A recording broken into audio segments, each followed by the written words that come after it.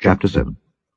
And it came to pass, when the king sat in his house, and the Lord had given him rest round about from all his enemies, that the king said unto Nathan the prophet, See now, I dwell in an house of cedar, but the ark of God dwelleth within curtains. And Nathan said to the king, Go, do all that is in thine heart, for the Lord is with thee.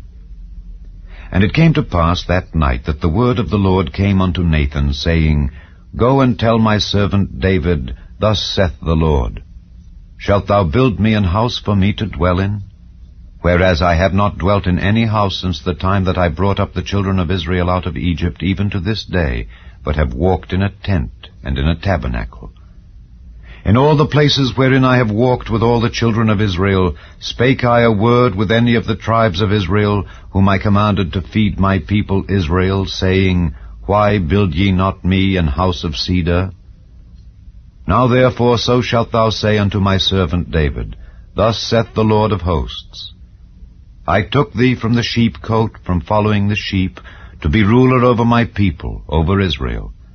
And I was with thee whithersoever thou wentest, and have cut off all thine enemies out of thy sight, and have made thee a great name, like unto the name of the great men that are in the earth.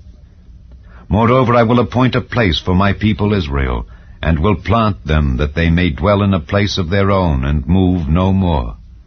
Neither shall the children of wickedness afflict them any more, as before time, and as since the time that I commanded judges to be over my people Israel, and have caused thee to rest from all thine enemies.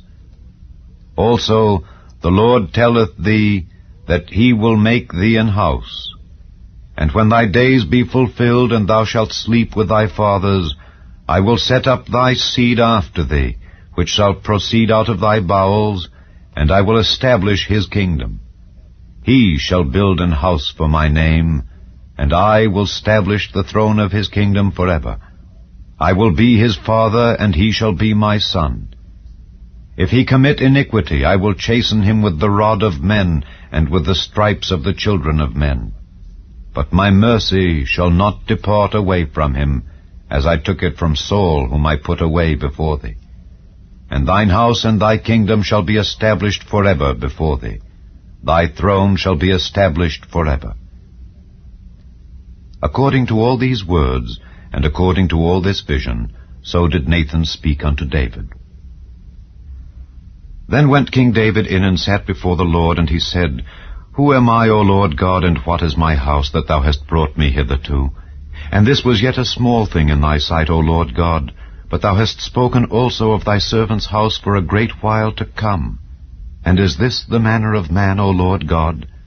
And what can David say more unto thee? For thou, Lord God, knowest thy servant. For thy word's sake, and according to thine own heart, hast thou done all these great things to make thy servant know them. Wherefore thou art great, O Lord God, for there is none like thee, neither is there any God beside thee, according to all that we have heard with our ears. And what one nation in the earth is like thy people, even like Israel, whom God went to redeem for a people to himself, and to make him a name, and to do for you great things and terrible for thy land before thy people, which thou redeemedst to thee from Egypt, from the nations and their gods. For thou hast confirmed to thyself thy people Israel to be a people unto thee forever, and thou, Lord, art become their God. And now, O Lord God, the word that thou hast spoken concerning thy servant and concerning his house, establish it forever, and do as thou hast said.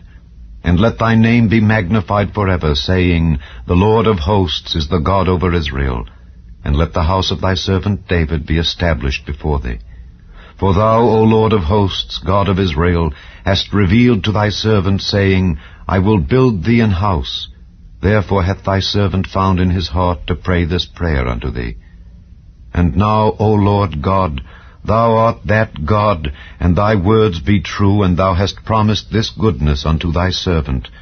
Therefore now let it please thee to bless the house of thy servant, that it may continue forever before thee. For thou, O Lord God, hast spoken it, and with thy blessing let the house of thy servant be blessed forever.